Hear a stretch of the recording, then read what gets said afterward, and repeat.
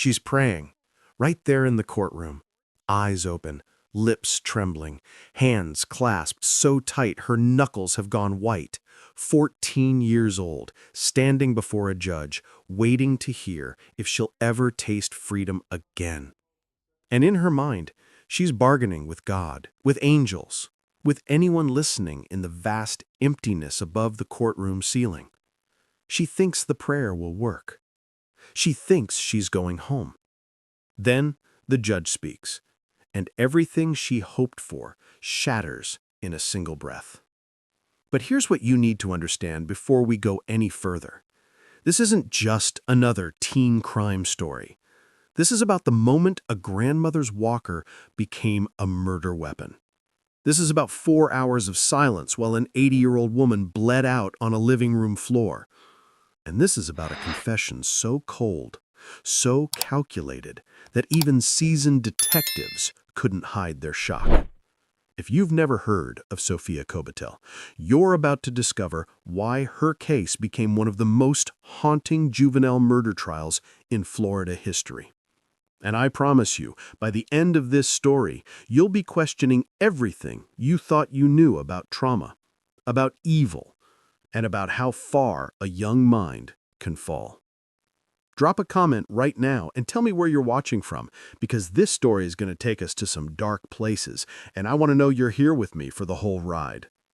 Hit that subscribe button too, because cases like this one, they don't just tell themselves. They need us to bear witness. May 23, 2024, Lauderdale Lakes, Florida, just after midnight. A father walks through his apartment door expecting quiet, expecting his mother asleep, his daughter in her room. Normal, safe. Instead, Yevenia Kovville steps into a nightmare that will unravel 3 generations in a single moment. The lights are on. There's a strange stillness in the air, the kind that makes your skin prickle before your brain understands why. And then he sees her, his mother, Yevenia Kovville, 80 years old, face up on the living room floor, blood pooled around her gray hair like a dark halo. Her face bruised beyond recognition. Pieces of her walker scattered across the room like shrapnel, a leather belt twisted beside her body, the metal buckle smeared red. Vladimir's knees nearly give out. His mind can't process what his eyes are showing him. This woman survived World War II, survived Stalin's regime, survived cancer, fled to America for safety, and now she's lying dead on the floor of the apartment that was supposed to be her refuge? He hears something. A sound from the bedroom. Not quite crying, not quite yelling. Something in between. Blubbering. That's the word he'll use later. Blubbering. He stumbles toward the sound, and there she is. His daughter, Sophia, 14 years old, sitting in the bedroom. No blood on her. No visible injuries. Just sitting there, making that awful sound. "What happened?" Vladimir's voice cracks. "What happened?" Sophia looks up at him, and here's the part that will haunt him forever. Her answer comes fast, too fast, calm, almost rehearsed. "Grandma attacked me. I defended myself." Let those words sit with you for a moment. An 80-year-old woman who needed a walker to move around her own home, who just finished cancer treatment, who weighed barely 100 pounds. She attacked. And her teenage granddaughter had no choice but to defend herself? With a belt? With that walker? With enough force to crack an elderly skull and leave strangulation marks around a fragile neck? Vladimir calls 911 at 12:26 a.m. His hands are shaking so badly he can barely hold the phone. Paramedics arrive within minutes. They rush Yevenia to Broward Health Medical Center, but everyone in that ambulance already knows. She's gone. Pronounced dead on arrival. And here's what's going to chill you to your core.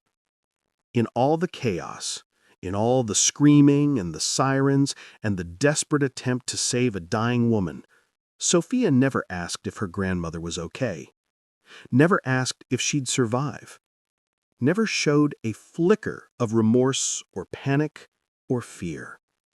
One of the responding officers will later write in his report, "Subject appeared blank, almost disconnected from reality." But was she disconnected? Or was she simply empty of the one thing that should have been there? Guilt. Under Florida law, Sophia is immediately Baker Acted. That means emergency psychiatric evaluation. 72 hours of observation to determine if she's a danger to herself or others. And after those 72 hours, deputies arrive with handcuffs, arrest her for murder. She's 14 years old, still in braces, still in middle school, and she's being charged with killing her own grandmother. The autopsy results come back fast. The medical examiner doesn't mince words. Blunt force trauma to the skull, deep bruising across both arms, ligature marks on the neck consistent with strangulation. The murder weapons? A leather belt with a heavy buckle, and Yevenia's own walker. The same walker she needed just to cross her living room. The injuries were extensive. They showed a sustained attack, not a moment of panic, not a single blow in the heat of an argument. This was prolonged. This was brutal. This was rage given form. Yevenia had tried to protect herself. Her arms told the story. Defensive wounds everywhere. She'd raised her hands to shield her face, tried to push her granddaughter away. But Sophia hadn't stopped. The medical examiner noted something else, something that would become crucial in court. The attack lasted several minutes. That's not a loss of control. That's a choice made over and over again, with every swing of that belt, with every strike of that walker. Detectives begin piecing together the timeline. Vladimir tells them he'd confiscated Sophia's phone that morning. She'd been glued to the screen for weeks, ignoring chores, yelling at anyone who interrupted her digital escape. He took the phone away as punishment. Then he left around 8 p.m. to visit a friend. Just a few hours. He'd be back before midnight. His mother was there. Sophia would be fine. When he returned at 12:26 a.m., his mother was dead. 4 hours. 4 hours alone with her grandmother. Investigators had a 4-hour window. No witnesses, no security cameras inside the apartment. Just Sophia's confession and the blood. The apartment was locked from the inside. Nothing stolen, no signs of forced entry. No indication anyone else had been there. This wasn't a burglary gone wrong. This wasn't a stranger breaking in. This was family. This was intimate. This was someone Yevenia trusted completely, turning that trust into a weapon. Now, here's where Sophia's story starts to fall apart, because she doesn't just confess once. She confesses multiple times, and every single time the story changes. First version, Grandma scratched me. I had to defend myself. Second version, Grandma was dying anyway from old age and illness. I was helping her. She wanted to go. Let that sink in. An 80-year-old Holocaust survivor who'd fought cancer and won, who'd fled war zones and rebuilt her life. She wanted to die, and her loving granddaughter just helped her along, with a belt, with a walker, with strangulation. During the 3-hour interrogation, detectives watched Sophia carefully. They're trained to spot genuine distress, trained to recognize when someone is truly broken by what they've done. Sophia never asks about her grandmother, never asks if Yevenia survived, never shows remorse. One detective will later testify. She was calm, eerily calm, like we were discussing the weather, not her grandmother's murder. And here's the question that's going to haunt this entire case. How does a 14-year-old girl sit in an apartment for 4 hours with her dying grandmother on the floor and do nothing? No call for help, no attempt at CPR, no panic. Just waiting, just sitting there in that bedroom, making that blubbering sound, waiting for her father to come home and find the body. Was she in shock? Was she dissociating from trauma? Or was she simply waiting to see if her grandmother would die before anyone could save her? The prosecution is going to argue it's the last one, and the evidence they have, it's devastating. But before we get to the trial, before we see Sophia pray in that courtroom thinking she's going home, we need to understand something crucial. We need to understand how a child goes from war refugee to killer. We need to trace the darkness that was building in this family for generations, because Sophia Kovville wasn't born a murderer. Something broke inside her, and that breaking, that descent into violence, it started long before May 23, 2024. If you're still with me, drop a like on this video right now. Let me know you're invested in finding the truth, because what comes next is going to challenge everything you think you know about trauma and accountability, and I need to know you're ready for it. Yevenia Kovville was born in 1944 in Nazi-occupied France. Think about that for a moment. She came into this world while bombs were falling, while soldiers were marching through streets, while families were being torn apart and sent to camps. She was an infant when Allied forces liberated Paris. After the war, her family returned to Soviet-controlled Ukraine. She grew up under Stalin's regime, survived the Cold War, became a teacher, spent decades educating children through hardship and fear and the constant weight of authoritarian rule. Then came the cancer diagnosis. She fought it, beat it, survived again. When the Soviet Union collapsed, Yevenia thought the worst was finally behind her.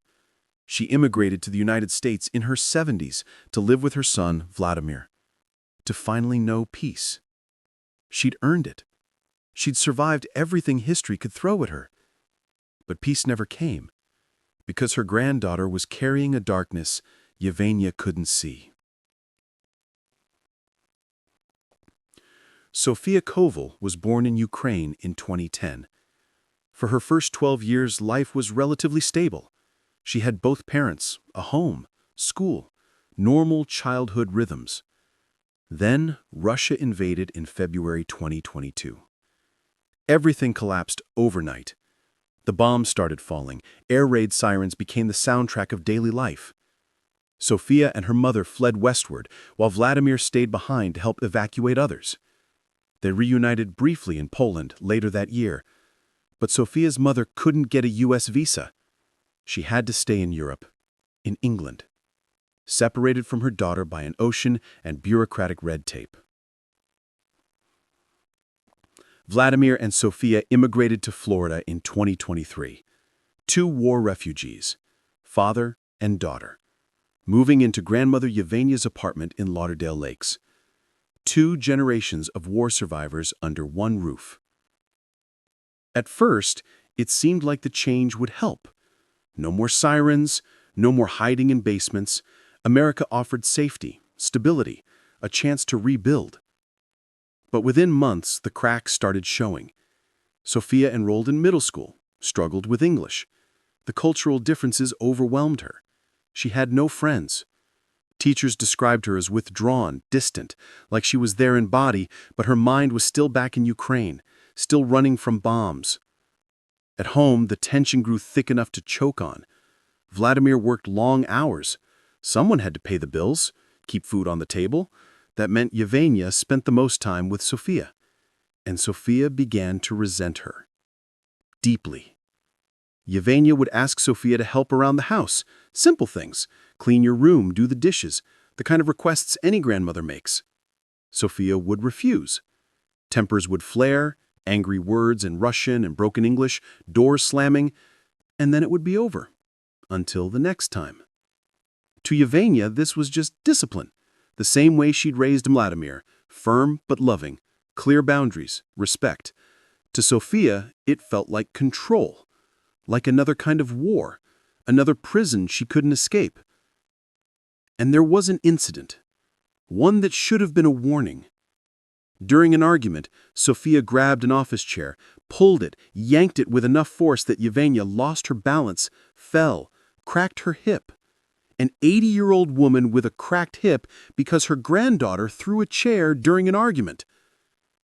They didn't call the police. They didn't get Sophia professional help. They just hoped it was a phase. Just teenage rebellion, just the stress of everything she'd been through. But it wasn't a phase. It was a preview. At school, the bullying intensified. Sophia stopped turning in assignments. Her grades collapsed. She stopped talking to classmates entirely. Built walls so high, no one could reach her. The family couldn't afford therapy. Immigrant wages barely covered rent and food. So Sophia suffered in silence. Grew quieter, more withdrawn, more hollow. The only time she showed any emotion was when someone tried to take her phone away. That phone was everything to her. Her connection to her mother in Europe, her escape from a life she never chose, her only anchor to who she used to be before the world fell apart. And on May 23, 2024, her father took it away. Now, pause here with me for a second. Think about what was building inside this child. The trauma of fleeing war, the separation from her mother, the isolation in a new country, the bullying, the poverty, the feeling that she had no control over anything in her life, and then her one lifeline, that phone, gets taken away. I'm not saying any of this justifies what happened next, but I'm asking you to understand the pressure cooker that Sophia's mind had become. And here's what you need to know. Between 8 p.m. and midnight on May 23rd, that pressure cooker exploded. And Yevenia Kovville, who'd survived everything the 20th century could throw at her, didn't survive her own granddaughter. Comment below and tell me what you think was going through Sophia's mind in those 4 hours. Was it rage? Was it dissociation? Was it something darker we can't even name? Because we're about to walk through every minute of that night, every strike, every choice, every moment Sophia had to stop and didn't. Stay with me. This is where the story gets darker than you can imagine. May 23, 2024, 8 p.m. Vladimir Kovville leaves his apartment to visit a friend. He'll be gone a few hours. Nothing unusual. He's done this before. His mother is there with Sophia. They'll be fine. He closes the door behind him, locks it from the outside. He doesn't know he's just sealed his mother's fate. Inside the apartment, the air is already tense. Sophia hasn't spoken to her father since he confiscated her phone that morning. That phone sitting somewhere in his room, out of reach. Her only connection to her mother across the ocean, gone. She's been simmering all day, and now it's just her and Yevgenia. According to the medical examiner's report, what happens next takes place over several minutes, not seconds. Minutes, plural. That's important, because this isn't a moment of lost control. This is sustained, deliberate, calculated. Somewhere around 8:30 p.m., the argument starts. We don't know exactly what triggers it. Maybe Yevgenia asks Sophia to clean her room. Maybe she comments on Sophia's attitude. Maybe it's nothing at all, just the wrong look at the wrong time. But whatever it is, Sophia snaps. She grabs a belt. Leather, heavy buckle, the kind that leaves marks. She swings it at Yevgenia's head. The first blow lands.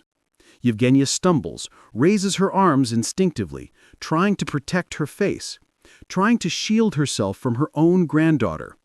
The bruises on her arms will tell this story later. Defensive wounds everywhere. She's trying to push Sophia away, trying to stop this. But Sophia doesn't stop. She picks up Yevgenia's walker, the same walker the elderly woman needs to move through her home, the same walker that's supposed to help her, keep her stable, safe. Sophia lifts it and strikes, again and again. Yevgenia falls to the floor, face up, blood starting to pool. She's conscious, still fighting, still trying to survive, but she's 80 years old. She's weak, and her granddaughter is young, strong, filled with something dark and unstoppable. Sophia uses the belt again, but this time not as a weapon to strike, this time as a ligature. She wraps it around Yevgenia's neck, pulls. The strangulation marks will be clear in the autopsy. Deep, sustained. This takes time. This takes pressure. This takes intent. Yevgenia fights for several minutes before losing consciousness. Her body goes limp. The bleeding continues. And then silence. Sophia stands there, looking down at what she's done. Her grandmother, the woman who survived Nazis and Stalin and cancer, lying on the living room floor, dying. And Sophia? She does something that will define this entire case. She does nothing. She doesn't call 911, doesn't try CPR, doesn't panic, doesn't run. She just walks to the bedroom, sits down, and waits. For 4 hours. 4 hours. Think about that. 4 hours with your dying grandmother on the floor in the next room. 4 hours knowing she might still be saved if you picked up the phone. 4 hours of choice, because that's what it was. Every minute that ticked by, Sophia was choosing not to help, choosing to let Yevgenia bleed out, choosing to wait and see if she'd die before Vladimir came home. At 12:26 a.m., Vladimir opens the door, and we already know what he finds. But here's what investigators discover in the days after, something that contradicts everything the defense will later claim about Sophia's mental state. While Sophia sat in that bedroom for 4 hours, she wasn't catatonic. She wasn't frozen in shock. She was aware, conscious, waiting. How do they know? Because when Vladimir arrived, Sophia had a story ready. Grandma attacked me. I defended myself. That story, that takes presence of mind. That takes calculation. You don't formulate a self-defense claim if you're in a dissociative state. You don't craft an excuse if your mind has shut down from trauma. Sophia knew exactly what she'd done, and she knew she needed to explain it away. The prosecution will use this as their smoking gun. By September 2024, Sophia Kovville is standing in court. She's charged with first-degree murder. The prosecution wants her tried as an adult. If convicted, she'll face life in prison, no parole, no second chances. The courtroom is packed. Media everywhere. The case has divided the community. Some see a troubled child, a war refugee, a girl drowning in trauma who needs help, not punishment. Others see a cold-blooded killer, a teenager who beat her own grandmother to death and showed no remorse. The defense files a motion to transfer the case to juvenile court. Their argument is straightforward. Sophia is only 14. Her brain is still developing. The prefrontal cortex, the part that controls impulse and understands consequences, won't be fully formed for another decade. Add to that the trauma, fleeing a war zone, separation from her mother, cultural isolation, bullying, depression. She was a child pushed beyond her breaking point. Psychologists testify for the defense. Sophia shows signs of severe depression, post-traumatic stress from the Russian invasion, anxiety from family separation. She lacked the mental capacity to fully understand her actions. The defense paints her as a victim, a child who snapped, who needs treatment, not punishment. And for a while, it seems like it's working. The judge is listening. The testimony is compelling. Sophia sits at the defense table, head down, hands folded. She looks small, young, broken. But then the prosecution presents their evidence, and everything changes. They play the confession recordings. Sophia's voice, calm, almost monotone, describing how her grandmother attacked her, how she had no choice, how she was just defending herself.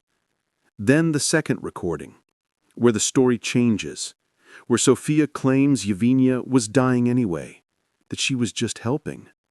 The prosecution doesn't comment. They just let the jury hear both versions. Let them hear how easily Sophia changes her story. Then come the autopsy photos. I'm not going to describe them in detail, but the courtroom goes silent. Some people look away, others stare, horrified. These aren't defensive wounds. These aren't minor injuries. This is brutality.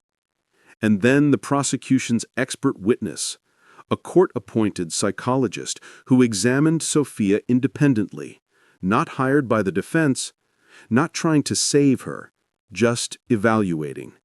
His conclusion? Sophia understood exactly what she'd done. She knew hitting her grandmother was wrong. She knew the belt and walker would cause serious injury. She knew not calling 911 meant Yevenia would die. This wasn't mental illness.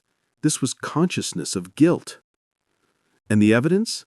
Those changing stories? The 4 hours of inaction? The complete lack of remorse? The prosecution lays out the timeline again. Sophia had multiple chances to stop.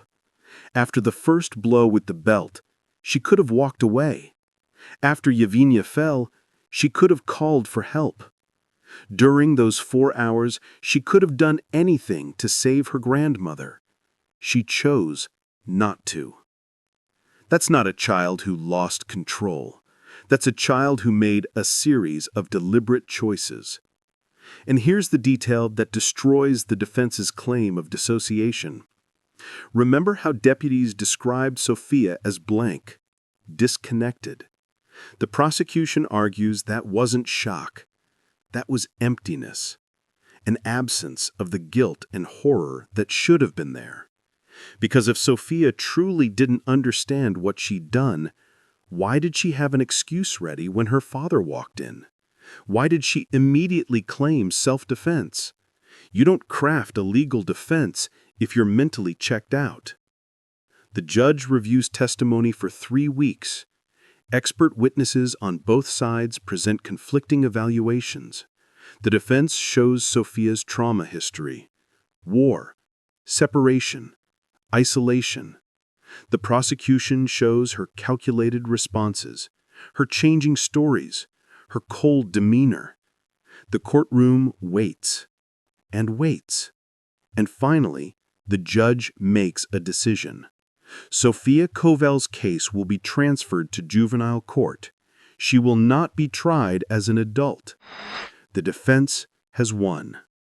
Sophia will avoid life in prison. But here's what nobody expected: the conditions of that victory. Because the judge doesn't just transfer the case and walk away. He imposes something called juvenile sanctions. And these sanctions, they're brutal. Sophia will be committed to a maximum-risk juvenile detention facility, mandatory psychiatric treatment, intensive counseling, detention until she turns 18, possibly longer. She cannot be released unless court-appointed psychologists deem her safe for society. And if she violates any condition of her detention, if her behavior shows she isn't improving, the prosecution can petition to try her as an adult retroactively. The judge reads the terms aloud. Sophia stands there, and this is the moment she's been praying for. She thinks she's won, thinks juvenile court means she'll be out soon, thinks this is mercy. Then the judge says the words that shatter everything. You will remain in custody until you turn 21. You will undergo intensive psychological evaluation and treatment. You will comply with every requirement of the juvenile justice system. And if you fail, if you show any indication that you remain a danger, you will be tried as an adult and face life in prison. Sophia's face goes white. Her lawyers try to maintain composure, but you can see it, the realization. This isn't mercy. This is accountability with a deadline. 3 years minimum in detention. 3 years after release of monitoring. Any slip, any violent behavior, any failure to comply, and she's back in court, facing adult murder charges. One more thing seals her fate. The judge adds a condition. Sophia must write a letter to her father, to the community, explaining what she did, why she did it, and what she understands now about the life she took. Not an apology, an accounting. Because the court wants to know if Sophia truly grasps the weight of what she's done, or if she's just saying what she thinks people want to hear. Vladimir Kovville appears during sentencing. He reads a brief statement. His voice shakes. He's lost his mother. His daughter is a murderer. His family is destroyed. "We lost our relationship," he says. "And I hope that this judgment will give a chance to my daughter to assess, realize her mistake, and correct our future life." He leaves the courtroom without looking at Sophia. Father and daughter, separated by blood and violence, and choices that can never be unmade. So where is Sophia Kovville now? She's in a Florida juvenile detention facility. Her release date depends entirely on psychiatric evaluations, on whether the experts believe she no longer poses a danger.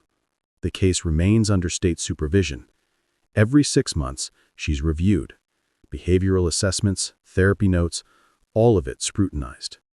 The belt marks on Yevenia Kovville's neck remain the central evidence in the case file. The autopsy photos, the confession recordings, all of it waiting, just in case Sophia's juvenile sentence fails, just in case she proves she hasn't changed. And here's the question I want you to think about, the question that makes this case so haunting. Can trauma excuse evil? Sophia experienced real horror, war, separation, isolation.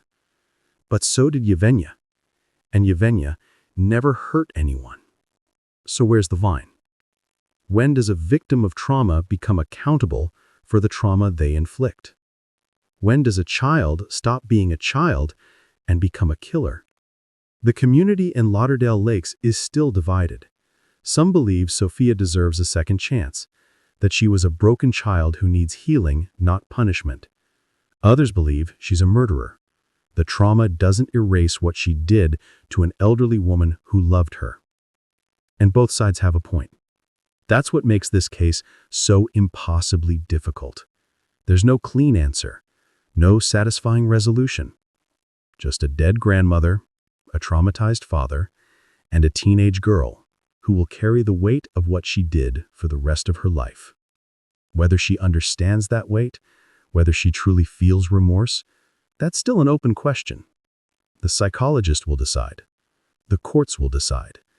And in a few years, we'll know if Sophia Kovville can be rehabilitated, or if the darkness that took over on May 23, 2024, is permanent.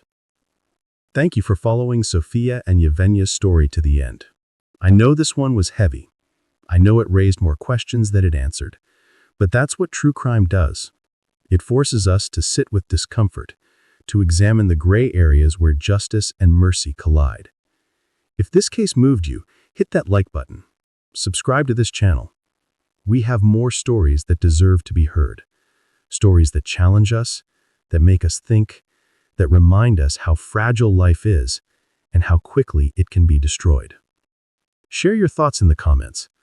What do you think about Sophia's sentence? Was it fair? Too lenient? Too harsh? Do you believe trauma can break someone so completely that they're no longer responsible for their actions? Or does accountability always matter, no matter what you've been through? And tell me, what's the moral of this story for you? What lesson do you take from the tragedy of Yevenia Kovville and the choices her granddaughter made? I'll be reading every comment, every theory, every feeling you share. Because stories like this, they don't just belong to the people who lived them. They belong to all of us. They challenge us to be better, to recognize pain before it turns to violence, to reach out to the isolated, to see the warning signs before it's too late. Yevenia Kovville survived World War II, Stalin, cancer. But she couldn't survive her own granddaughter. Remember her. Remember what was taken. And ask yourself what we can do as a society to prevent the next Sophia Kovville from being created. Thank you for watching. Until next time.